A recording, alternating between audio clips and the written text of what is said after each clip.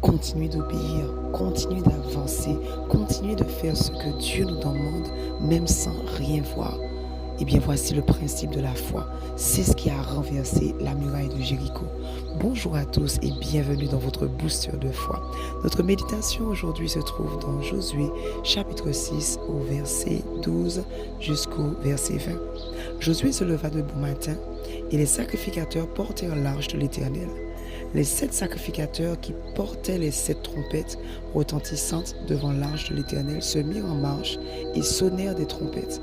Les hommes armés marchaient devant eux et l'arrière-garde suivait l'arche de l'Éternel. Pendant la marche, on sonnait des trompettes.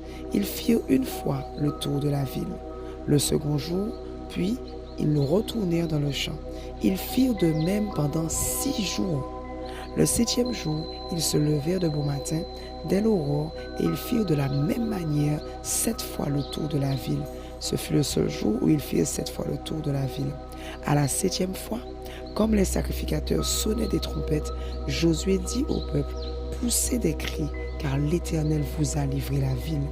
La ville sera dévouée à l'Éternel par interdit, elle et tout ce qui s'y trouve, mais on laissera la vie à Rahab, la prostituée, et à tous ceux qui seront avec elle dans la maison, parce qu'elle a caché les messagers que nous avions envoyés. Gardez-vous seulement de ce qui est dévoué par interdit, car si vous preniez de ce que vous aurez dévoué par interdit, vous mettriez le camp d'Israël en interdit, et vous y jetterez le trouble. Tout l'argent et tout l'or, tous les objets d'airain et de fer seront consacrés à l'Éternel et entreront dans le trésor de l'Éternel. » Le peuple poussa des cris et les sacrificateurs sonnèrent des trompettes.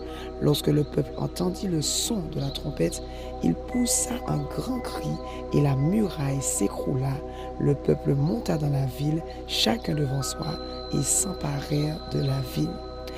Voilà ici cet exemple. Chaque jour, ils se sont levés, ils se sont préparés, ils ont porté les armes, ils ont porté les instruments, ils ont vraiment porté chaque jour le tabernacle. Vraiment beaucoup de préparation pour ne rien voir, pas même une fissure, rien n'a bougé. Et en plus, assurément, l'ennemi les regardait comme des fous. Mais qu'est-ce qu'ils font? Chaque jour, ils se lèvent, ils font exactement la même chose. Ils ne nous touchent pas, ils ne nous attaquent pas, mais ils tournent autour. Donc, moquerie, incompréhension.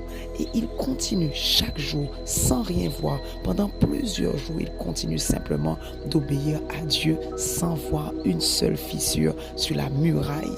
Et un jour, le 7e jour, la muraille s'écroula.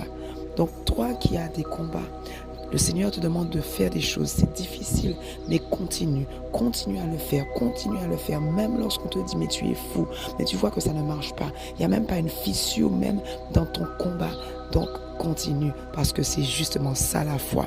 Heureux ceux qui croivent sans voir et ils verront dans le nom de Jésus. Que Dieu vous bénisse, un bon courage dans le Seigneur.